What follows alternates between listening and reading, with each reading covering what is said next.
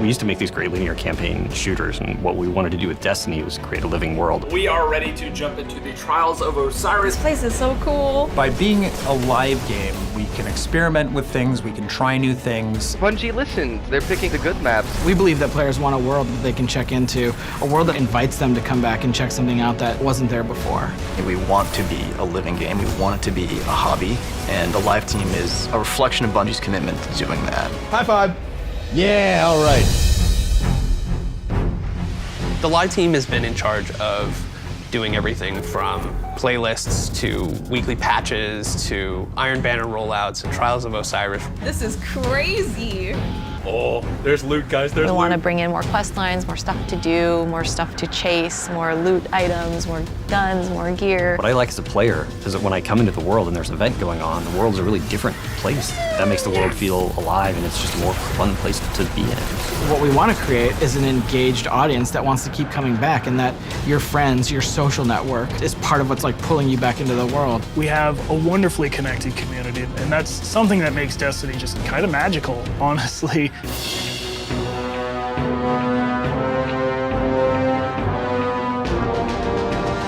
at this. This is so cool. This is amazing. I love it. You trolls, Bungie. Oh, look at that. She has a Crota mask. Oh my God. We had looked at the tower and the social experience and said, why don't we have awesome holidays? Like, why don't we build on that Jack-o'-lite Halloween experience from last year and do something bigger? Story, cutscene, missions with mask on is freaking hilarious.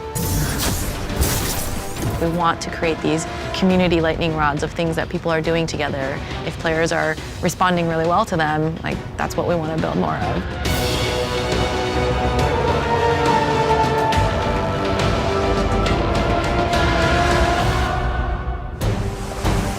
World events for the live game is a way for us to introduce new concepts to the players. Sparrow Racing has been on a lot of people's minds for a long time. Sparrow Racing is like our first experiment with how do we build something that the community can actually have a hand in its future fate.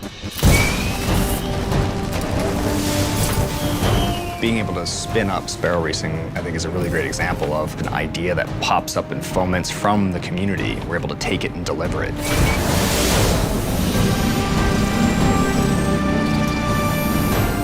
If people love it, awesome, we can continue building on it and making it better. If people don't like it, we can get feedback on it and bring it back, or just decide to scrap it and put our time, energy, and our people on something else.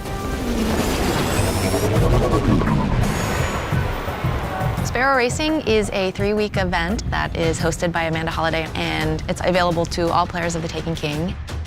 Speed kills, but it's a fun way to go.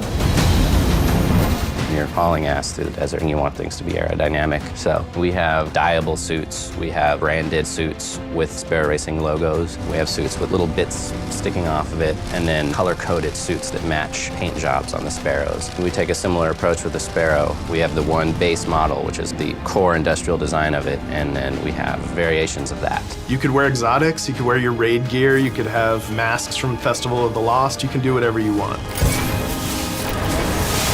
Sparrow Racing is a 6-player free-for-all death race through enemy territory. Gotta be fast and fearless if you want to win these races.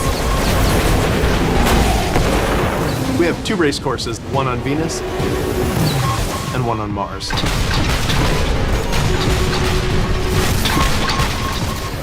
Campus Martius is a circuit through the buried city on Mars.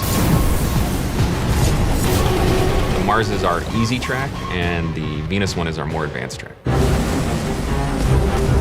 Venus is called the infinite descent because you're always going downhill, and at the end you hit a teleporter and it brings you back to the top of the level.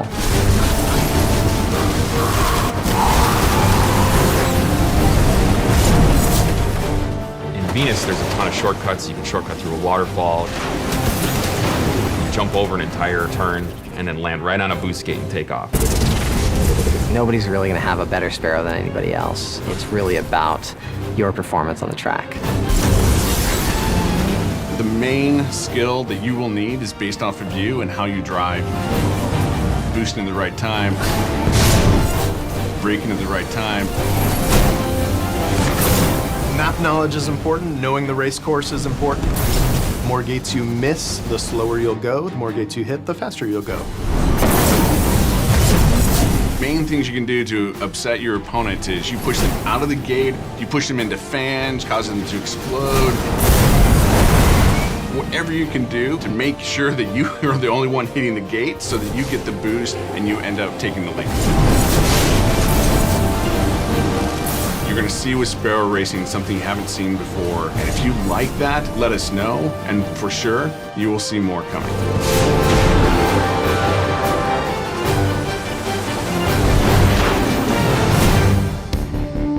I remember the old days when it was just a sparrow and a flat stretch of land. A lot different now.